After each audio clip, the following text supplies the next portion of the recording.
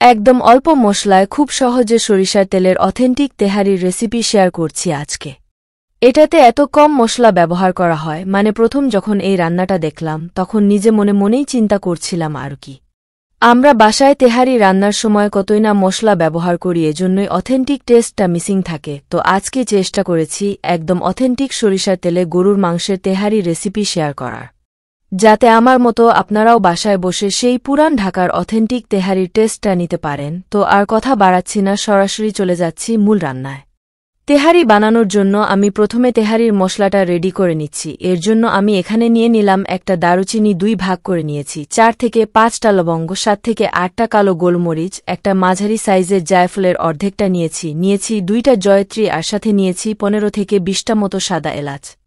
এবার এই মশলাটাকে আমি গুঁড়া করে নিব। আমার তেহারির মশলা বানানোটা ডান। এইবার আমি মূল রান্নায় চলে যাচ্ছি। তেহারি রান্নার জন্য একটা প্যানে দিয়ে দিচ্ছি 1 কাপ সরিষার তেল। আর তেহারির পারফেক্ট টেস্ট পেতে হলে আপনাদের কিন্তু অবশ্যই সরিষার তেলটাকেই এখানে ব্যবহার করতে হবে। আর এই 1 কাপ তেলেই কিন্তু আমি এখানে মাংস প্লাস চাল দুইটাই এখানে রান্না করব। তেল গরম হলে আমি সবার প্রথমে আগে 1 কাপ পেঁয়াজ কুচি এখানে দিয়ে দিচ্ছি। এবার আমি পেঁয়াজটাকে কিছুক্ষণ ভেজে নিচ্ছি। এবার এড করছি 2 টেবিল চামচ পরিমাণ আদা বাটা, আর সাথে 1 টেবিল চামচ পরিমাণ রসুন বাটা। মশলাটাকে সামান্য ভুনে নিচ্ছি।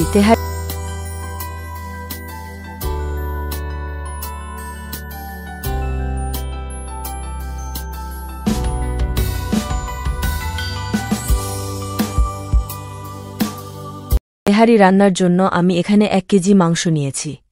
মাংসগুলোকে আমি একটু ছোট সাইজের টুকরো করে কেটে নিয়েছি। আপনারা গরু বা খাসি যে কোনো মাংস দিয়েই এই তেহারিটা রান্না করতে পারবেন। তেহারিতে যেই মাংসটা ব্যবহার করা হয় সেখানে কিন্তু হাড়ের পরিমাণটা কম থাকে, কিন্তু মাংসে তেল চর্বি থাকলে ভালো হয়। এবার মাংসটাকে আমি মশলার সাথে সামান্য মিশিয়ে নিয়েছি। আগে থেকে গুঁড়া করে রাখা তেহারির মশলাটা আমি এখানে এড করছি। আমি পুরো মশলাটাই এই রান্নায় ব্যবহার করব। এবার আমি মাংসটাকে মিডিয়াম হিটে 5 থেকে 6 মিনিট মতো কষিয়ে নিব। এইবার এড করছি 2 টেবিল চামচের মতো টক দই।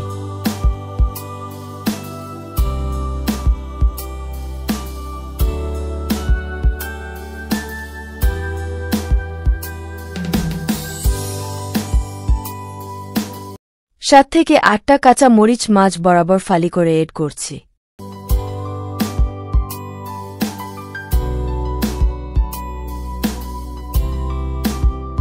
লবণ দিয়ে দিলাম 1 টেবিল চামচ বা স্বাদ মতো।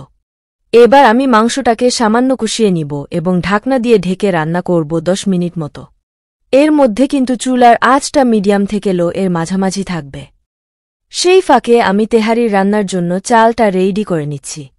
এখানে আমি মেজারমেন্ট কাপের 3 কাপ চিনি গুঁড়া চাল নিয়েছি। এখন এগুলো খুব ভালোভাবে ধুয়ে একটা স্ট্রেইনারের মধ্যে পানি ঝরানোর জন্য রেখে দিলাম। প্রায় 10 মিনিট পর দেখতেই পারছেন মাংস কিন্তু যথেষ্ট পানি ছেড়েছে। নরমালি এই পানিতেই কিন্তু মাংসটা প্রপারলি কুক হয়ে যাবে। মাংস প্রায় অর্ধেকটা সেদ্ধ হয়ে এলেই আমি এর মধ্যে এড করছি আলু। অথেন্টিক তেহারিতে কিন্তু আলু দেওয়া হয় না, তবে পার্সোনালি আলু আমার ফেভারিট, তাই দিয়েছি। চাইলে এই স্টেপটা আপনারা স্কিপ করতে পারেন।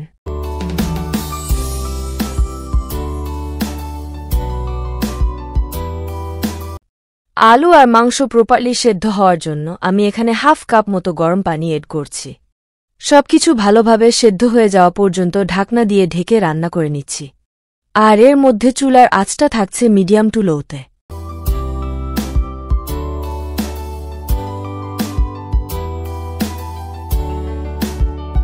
তো দেখতেই পারছেন মাংস আর আলু কিন্তু একদম পারফেক্টলি কুক হয়ে গিয়েছে এবং মশলা আর তেল কিন্তু আলাদা হয়ে গিয়েছে। তো এখন আমি তেল থেকে মাংসগুলোকে উঠিয়ে রাখছি, কারণ একই তেলে আমি চালটাও রান্না করে নিব।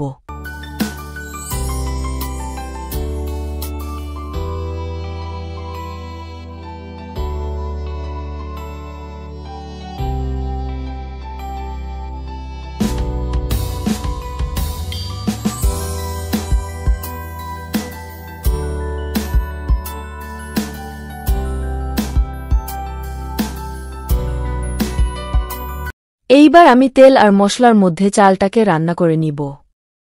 আপনারা চাইলে এখানে অন্য যে কোনো চাল দিয়ে এই তেহারিটা রান্না করতে পারেন।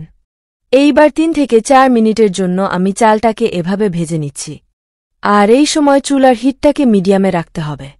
এই তেহারি রান্নার একটা ইম্পর্টেন্ট টিপস হচ্ছে আপনারা যেই পাতিলে তেহারি রান্না করবেন ঠিক সেই পাতিলে ভাতটাকে রান্না করবেন। এতে করে মাংসের তেল আর মশলার যেই ফ্লেভারটা সেটা চালের সাথে ভালোভাবে মিশবে আর তেহারিটা খেতে অনেক ভালো লাগবে। চাল ভাজা শেষে এড করে দিচ্ছি 6 কাপ ফুটন্ত গরম পানি। যেহেতু আমি এখানে 3 কাপ চাল নিয়েছি তো এখানে ডাবল অর্থাৎ 6 কাপ পানি এড করেছি।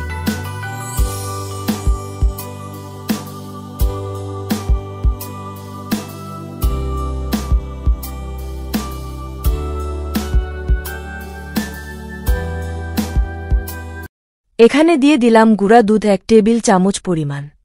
খুব ভালোভাবে মিক্স করে নিচ্ছি যাতে গুঁড়া দুধ ভালোভাবে মিশে যায়। এখন চালের পানিটা একটু টেস্ট করে স্বাদানুযায়ী লবণ এড করে দিলাম। এই অবস্থায় চেক করে যদি মনে হয় লবণটা পারফেক্ট আছে তাহলে রান্নার পর লবণটা কমে যাবে। আর যদি লবণ একটু বেশি হয় তাহলে সেটা রান্নার পর পারফেক্ট হয়ে যাবে। তো এই কথাটা মাথায় রেখে আপনাদের লবণটা এড করতে হবে। চালের পানিটা শুকানো পর্যন্ত ঢেকে রান্না করে নিয়েছি। পানিটা যখন কিছুটা কমে আসবে তখন আমি চালটাকে নেড়ে দিব, যাতে করে উপরের চালগুলো নিচে এবং নিচের চালগুলো যেন উপরে চলে যায়।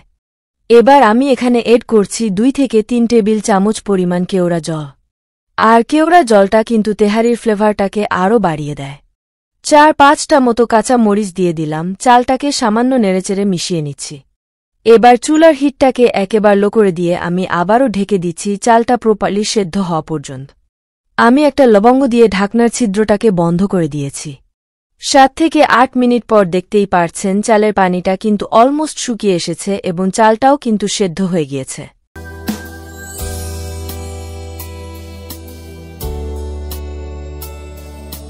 এখন আমি এর মধ্যে উঠিয়ে রাখা মাংসটা এড করে দিচ্ছি।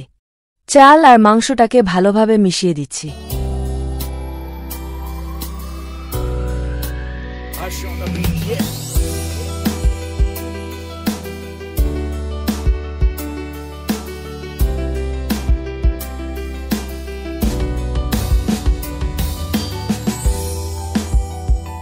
এবার আমি তেহারিটাকে ঢেকে দিয়ে একদম লো আঁচে দমে দিব 10 থেকে 15 মিনিটের জন্য। 10-15 মিনিট পরে চুলাটাকে বন্ধ করে দিতে হবে। আলহামদুলিল্লাহ, আমার তেহারিটা কিন্তু পুরোপুরি ডান। এবার আমি এটাকে পরিবেশন করব। So here you go my easiest original পুরান ঢাকার tehari recipe ready to serve. আলহামদুলিল্লাহ, এতটাই মজার ছিল। আমার বাসায় তো এটা প্রায় বানানো হয়। আর বানানোর পদ্ধতিটাও যেহেতু এতটা সহজ, এটা যে কেউ বানিয়ে ফেলতে পারবে। একদম নো ফেইল রেসিপি একটা। তো রেসিপিটা ভালো লাগলে ভিডিওতে একটা লাইক আর চ্যানেলটা সাবস্ক্রাইব করে পাশে থাকবেন। সবাই ভালো থাকবেন, সুস্থ থাকবেন সেই কামনায়। আল্লাহ হাফেজ। আসসালামু আলাইকুম।